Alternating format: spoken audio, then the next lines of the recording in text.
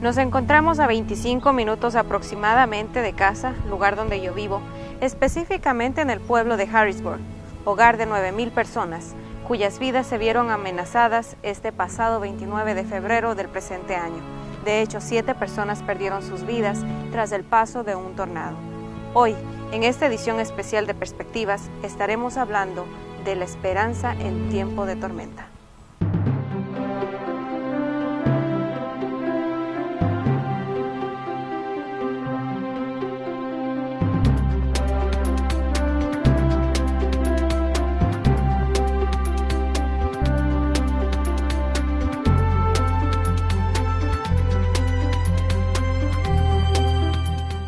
Aproximadamente 300 casas y negocios han sido afectados por causa de este fenómeno natural, el mismo que pasó con vientos de hasta 170 millas por hora.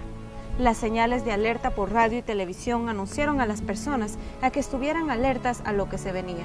Sin embargo, la tormenta llegó alrededor de las 5 de la mañana, cuando en su mayoría las personas se encontraban durmiendo y de pronto no les dio tiempo a reaccionar y buscar refugio. Probablemente unas 100 personas fueron lesionadas como consecuencia de este desastre natural, incluso afectando al hospital local de esta ciudad. El gobernador de Illinois declaró zona de desastre. Pero este tornado no fue el único en pasar. Por lo menos 27 tornados más fueron reportados en ese día de la tragedia en otros estados tales como Indiana, Kentucky, Missouri, Kansas y Nebraska, reportándose la muerte de otras 9 personas y 150 heridos.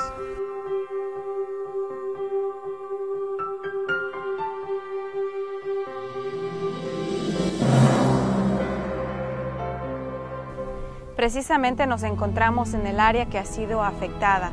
Minutos antes de haber empezado a grabar esta entrevista, tuvimos la oportunidad de hablar con una sobreviviente dueña de esta casa, quien compartió con nosotros su experiencia de aquel fatídico día, donde recuerda claramente cuando se encontraba en la cocina de su casa y pudo escuchar el fuerte impacto cuando un árbol estaba cayendo sobre su casa.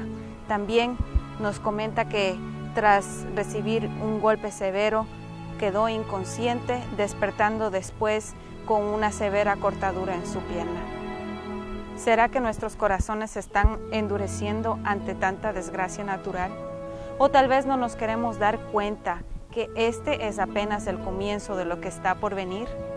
¿Qué nos dice la Biblia en cuanto a lo que estamos viviendo? ¿Tenemos esperanza? Nos encontramos en los estudios de Perspectivas.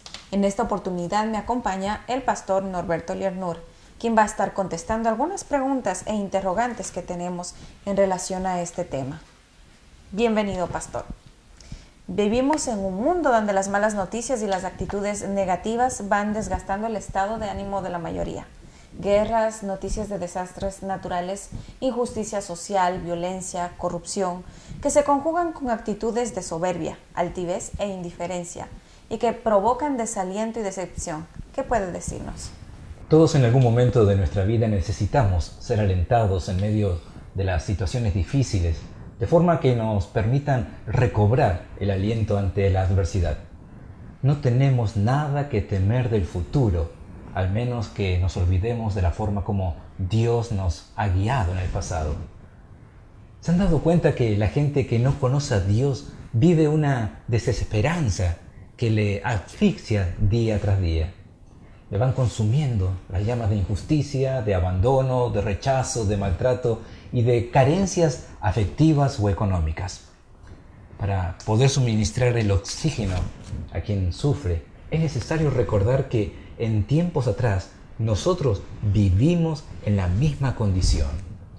Sea cual sea la situación de nuestras palabras y actitudes, dependerá de que las personas puedan ser alentadas en medio de animar, aliviar, ayudar y fortalecer la vida de nuestros semejantes. Es por el conocimiento de aquel con mayúscula, que nos alienta en todo momento. ¿Y quién es Él? Dice la palabra de Dios en Isaías, el capítulo 42, versículos 5 y 6. Dios, el Señor, creó los cielos y los extendió. Creó la tierra y todo lo que hay en ella. Él es quien da aliento a cada uno y vida a todo lo que camina sobre la tierra. Y Él es quien dice: yo, el Señor, te he llamado para manifestar mi justicia. Te tomaré de la mano y ¿qué? Te protegeré. Entonces, ¿quién es tu alentador? Él es quien da aliento a cada uno y vida a todos los que caminan sobre la tierra.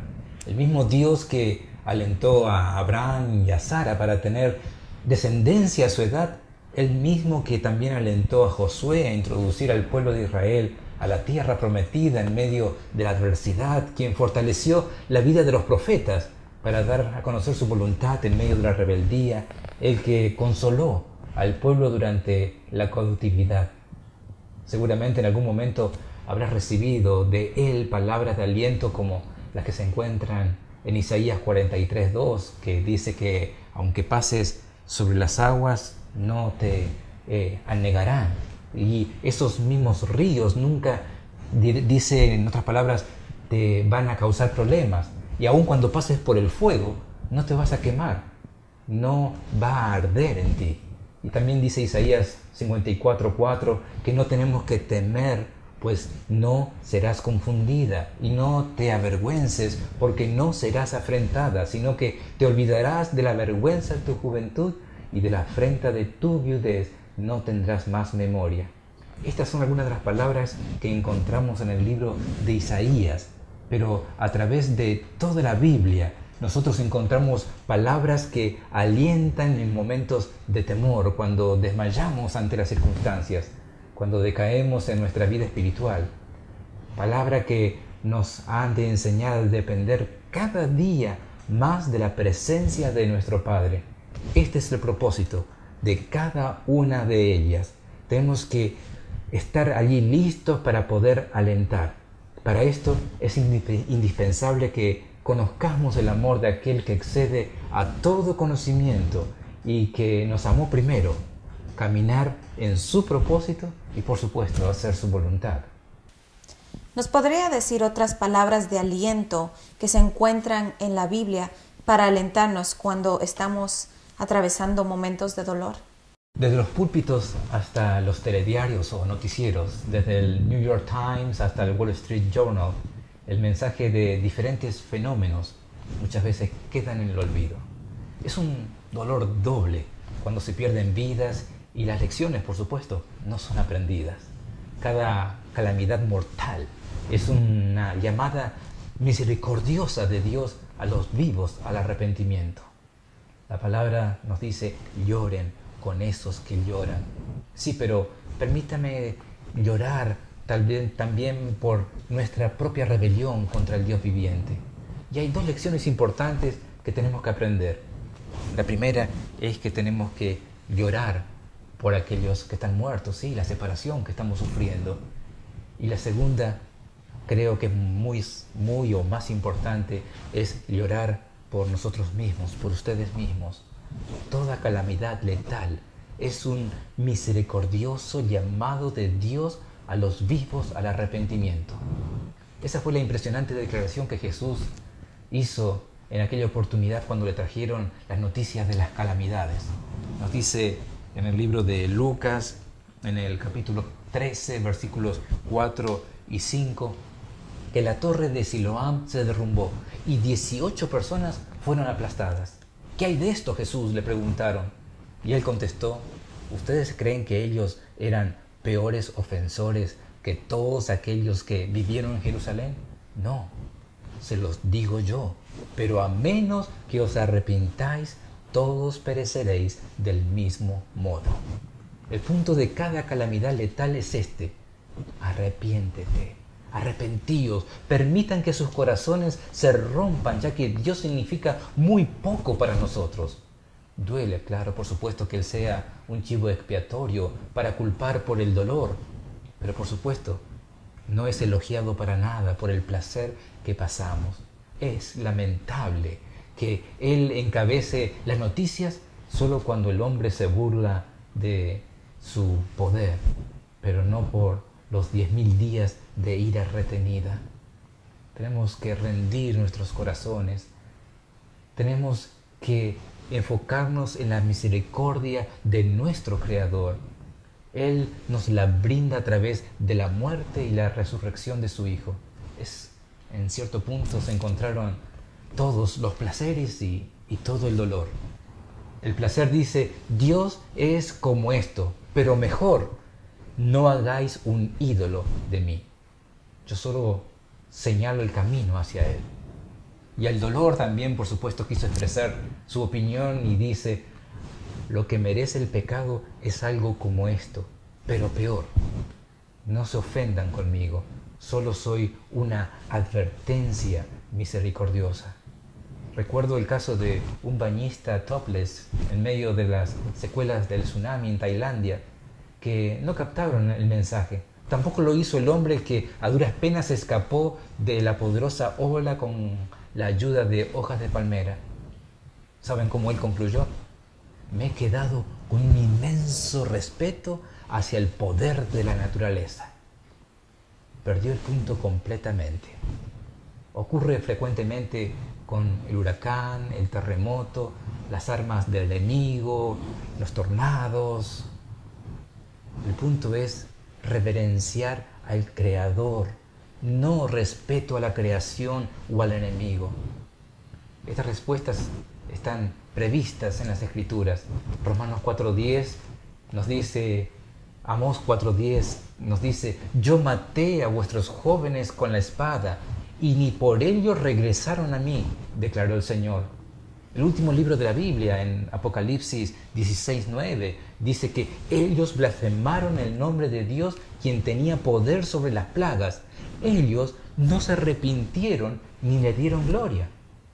Jesús dijo que el más mínimo evento en la naturaleza está bajo el control de Dios. Mateo 10:29 nos dice, ¿no se venden 2 pajaritos por 1 centavo y uno de estos no cae al suelo y se alejará de su padre? Él dijo esto para dar esperanza a aquellos que resultaron tal vez muertos en su nombre. Él mismo se levantó sobre el mar y detuvo las olas con una simple palabra.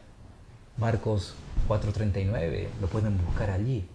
Aún si la naturaleza o Satanás desataron el mortal maremoto o terremoto o huracán o tornado, una palabra de Dios lo hubiera parado. Él no la dijo. Eso significa que hay un designio en este sufrimiento y todos sus designios son sabios, justos y buenos. ¿Debemos temer a todos los desastres, guerras que nos rodean? Dios es soberano sobre la mano de Satanás en los desastres naturales. Sea cual fuera, huracanes, tsunamis, tornados, temblores de tierra, olas de calor, heladas, sequías, inundaciones, hambrunas, y podemos seguir la lista. Cuando Satanás vino a Dios en el primer capítulo de Job, le desafió. Allí en el versículo 11, ustedes se recuerdan, dice, pero extiende ahora tu mano y toca todo lo que tiene, y verás si no blasfema contra ti en tu misma presencia. ¿Y saben lo que usted le respondió el Señor a Satanás? En el versículo 12 dice, he aquí, todo lo que tiene está en tu mano, solamente no pongas tu mano sobre él. Los resultados fueron 2 atrocidades humanas y 2 desastres naturales. Uno de los desastres es reportado en el libro de Job, por supuesto, allí en el versículo 16. Fuego de Dios cayó del cielo, podríamos decir probablemente un rayo, que quemó las ovejas y a los pastores y los consumió. Solamente escapé yo para darte la noticia. Después llegó el peor de todos los reportes, los versículos 18 y 19. Tus hijos y tus hijas estaban comiendo y bebiendo, y vino en casa de su hermano, o bebiendo en la casa de su hermano el primogénito. Y nos dice el versículo 19, y un gran viento, que podríamos decir tal vez un tornado o un huracán, vino del lado del desierto y azotó las 4 esquinas de la casa, la cual cayó sobre los jóvenes. ¿Y qué sucedió? Murieron. Aun cuando Dios había aflojado la correa a Satanás para que hiciera esto, Job no se enfocó en esto. Nos dice Job 1, 20, 21. Entonces Job se levantó y se postró en tierra y adoró. Y dijo: desnudo salí del vientre de mi madre, y desnudo volveré allá.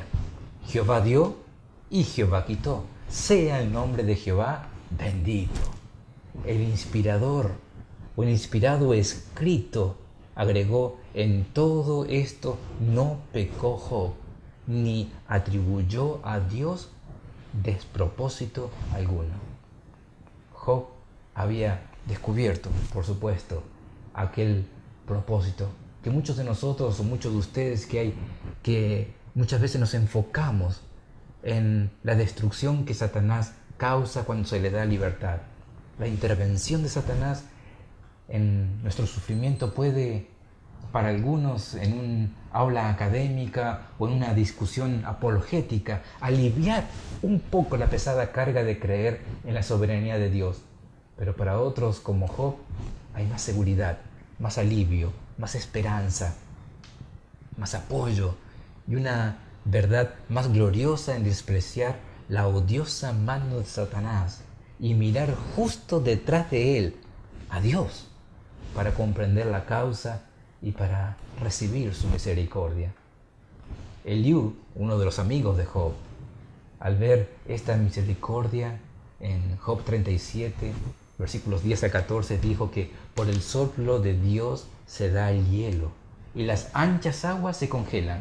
Regando también llega a disipar la densa nube y con su luz esparce la tiniebla. Asimismo, por sus designios se revuelven las nubes en derredor para hacer sobre la faz de la tierra o del mundo, en la tierra, lo que Él les mande. Unas veces por azote, otros por causa de su tierra, otras por misericordia les hará venir. Y escucha esto, Job, detente, dice el versículo, y considera las maravillas de Dios. Claro, los primeros impulsos de Job en el capítulo 1 fueron totalmente correctos. Cuando Santiago escribió en el Nuevo Testamento acerca del propósito del libro de Job, dijo Santiago 5:11, habéis oído de la paciencia de Job y habéis visto el fin del Señor, que el Señor es, ¿qué? Muy misericordioso y compasivo. ¿Nos puede dar una conclusión a este tema? Y oiréis de guerra y de rumores de guerra, oiréis de nación que se levanta contra nación, oiréis de cambios en la naturaleza, de diferentes conflictos, diferentes problemas que estamos viviendo hoy en día. Pero todo eso tiene un propósito. Y tenemos que recordar en cada instante que vemos estas cosas lo que se encuentra en el libro de los Salmos, especialmente el Salmo 46. El Salmo 46 que encontramos en su palabra, allí un salmo que escribió el hijo de Coré. En el versículo 1 dice: Dios es tu refugio y fortaleza. La gente, claro, se aleja de los riesgos, de la importancia y prefiere la breve seguridad del éxito porque realmente no creen eso, que Dios es su fortaleza y Dios es su refugio y Dios es su defensor y su refrigerio. Pero yo quiero que lo creas. Mira la conexión del versículo 2 y 3 con el versículo 6. Dice: por tanto, no temeremos aunque la tierra sea removida. Aunque haya huracanes o aunque haya terremotos y cambien la situación, la geografía, se traspasen los montes al corazón del mar, aunque bramen y se turben sus aguas y tiemblen los montes a causa de su braveza. Y nos dice el versículo 6, bramaron las naciones, claro, hubo guerras, titubearon los reinos, dio él su voz, se derritió la tierra. El punto a usar estas mismas palabras es para enseñarnos que aunque las amenazas vengan de la naturaleza, terremotos, inundaciones, tormentas, como dice el versículo 1 al 3, o de la agitación política o de guerra, como dice el versículo 6, o si nuestro mundo es sacudido por la naturaleza o por las naciones, Dios es nuestro refugio. Y no solamente un refugio, sino una fuerza activa y una fuente de paz y de refrigerio. El versículo 6, en su segunda parte, dice que la respuesta de Dios al furor de las naciones es esta: dio Él su voz y se derritió la tierra. Su respuesta a los mares peligrosos, a su bramido y turbulencia de sus aguas para nosotros, como dice el versículo 4, no es un mar tumultuoso, sino un río cuyas corrientes hacen alegrarse a la ciudad de Dios. Este es el secreto hoy. Confiesa tus pecados, entrega tu vida a Cristo Jesús, nuestro Redentor y Salvador. Él te librará de la peste destructora o de la plaga. Y si no es así, mi alma está en paz con Dios, porque lo próximo que veré va a ser su rostro viniendo de las nubes, para estar por la eternidad con Él, donde no habrá más llanto ni dolor. Por eso que te invito a que acepte la invitación de Jesús hoy, porque ahora es el momento de arrepentimiento y, por supuesto, confiesa tus pecados a nuestro Dios. Después de haber escuchado al doctor en teología, el pastor Norberto Liernur, veamos cómo debemos prepararnos a la hora de explicar a nuestros hijos lo que está aconteciendo. Demos pues paso a la psicóloga. Muchas gracias, Betty, por acompañarnos. La primera pregunta que tengo es, ¿qué debemos de decirle a nuestros hijos cuando ocurren estos desastres naturales? Es importante alertar a los niños sobre los desastres, pero sin alarmarlos demasiado. Explíqueles que la naturaleza a veces puede ocasionar daño. Insista que esto que ocurre no es un castigo porque él se haya portado mal. Explíquele además sobre las cosas que pueden pasar en el caso de un fenómeno atmosférico, en particular si se está en una advertencia. Enséñeles a llamar para pedir ayuda, a desconectar los servicios como gas, electricidad, a usar los números de emergencia y a llamar a un familiar en el caso de que fueran separados en caso de una emergencia. Pues recuerden que no siempre estamos con nuestros hijos y una emergencia puede ocurrir mientras ellos están en la escuela o en casa de otra persona. No olvide darle instrucciones precisas para poderse comunicar con usted en caso de que fueran separados por el fenómeno natural. En las catástrofes de los últimos años, muchos niños quedaron separados de sus padres y ha sido muy difícil la reunificación porque ellos no sabían cómo comunicarse con sus familiares y ni siquiera tenían datos que pudieran orientar a las autoridades para localizar a sus padres. Esta experiencia la hemos vivido con el terremoto de Haití, con muchos niños que fueron traídos hasta nuestro país para recibir atención médica, o que el mismo fenómeno les obligó a desplazarse y ha sido muy difícil para las autoridades dominicanas regresarlos a su país y reunirlos de vuelta con sus familiares. Es preciso aprender de las lecciones aprendidas por otros. Explíqueles con honestidad lo que está sucediendo. Recuerde además que los niños pequeños toman literalmente lo que se les dice. Recuerdo a un niño que me preguntaba acerca del ojo del huracán porque escuchaba en las noticias este término. Al intentar explicarle, él asumió que el huracán era un monstruo porque solo tenía un ojo. Por eso debemos ser muy cuidadosos al describir los diferentes fenómenos. ¿Cómo viven los niños una situación de desastre? Un desastre es atemorizante para todos, pero para un niño lo es aún más. Un desastre amenaza el sentido de control del niño sobre su vida, porque aún no han desarrollado estrategias para enfrentarse a las situaciones difíciles. Ellos confían en que los adultos los protegerán, pero son afectados al percibir la impotencia de sus padres. El miedo es una de las emociones fundamentales del niño y cuando ocurre un desastre, esta es una reacción emocional normal. Los miedos preparan al niño para afrontar de manera adecuada las situaciones difíciles y amenazantes con las que se encontrará a lo largo de su vida, cumpliendo así una función fundamental en la adaptación y desarrollo. Se debe recordar que no todos los niños expresan sus sentimientos y miedos de la misma forma. Algunos actúan como si nada hubiera pasado. Otros, por el contrario, lo manifiestan con llanto, ira o resentimiento. Si los niños ven a los adultos hacer cosas para asistir a las víctimas del desastre, el niño sabrá que a pesar de lo malo que ocurrió, hay cosas positivas. Deben mantener la calma, pues los niños pueden percibir fácilmente los temores y las ansiedades de los padres. Si usted reacciona alarmándose, los niños podrían asustarse aún más. Las reacciones de los padres ante el desastre y de otros adultos de confianza influyen en cómo ellos manejarán la situación.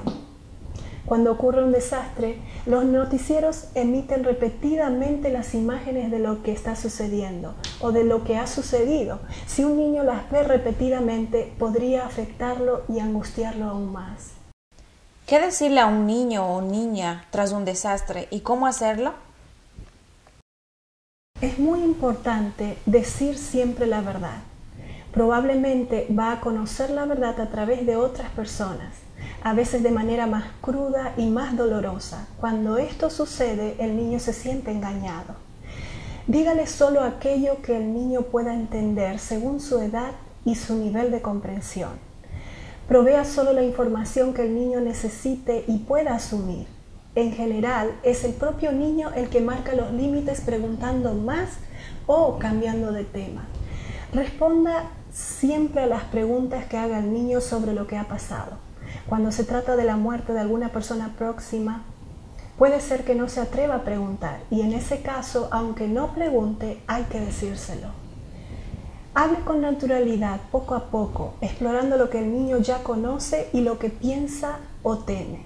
Muestre sus propias emociones. El niño puede y debe percibir que los adultos están tristes o que lloran, que lo sienten tanto como él, pero que no han perdido el control. Es importante porque él imitará su reacción ante este suceso. ¿Qué se puede hacer para ayudar a un niño tras un desastre? Hable con su hijo sobre sus sentimientos sin juzgar y permítale saber cómo maneja usted sus miedos y temores. Permita que el niño llore o esté triste. No espere que él sea fuerte. Aliéntele a hacer dibujos sobre el desastre o que escriba historias o poemas sobre lo que ha sucedido. Esto ayudará al pequeño a entender cómo se siente con lo ocurrido. Provee además a sus hijos de toda la información sobre lo que ha pasado, está pasando y también sobre lo que puede pasar. Utiliza un lenguaje sencillo que ellos puedan entender.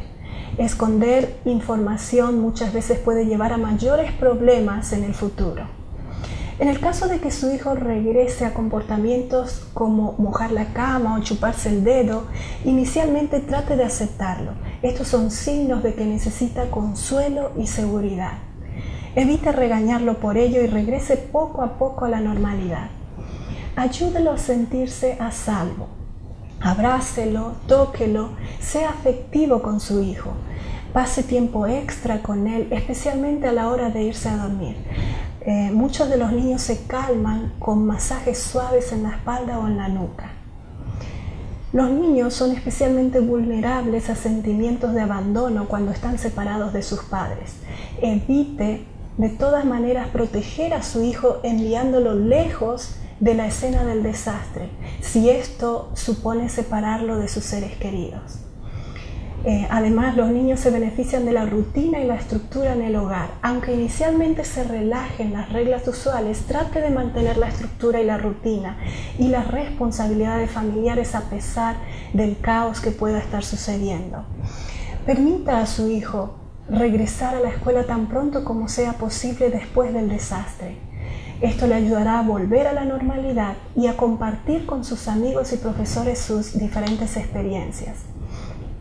En el caso de que los miedos comiencen a alterar el desarrollo y la vida cotidiana del niño en la escuela, en las relaciones con amigos o en el juego, o los padres se sientan incapaces de manejar la situación, se hace necesario acudir a un especialista.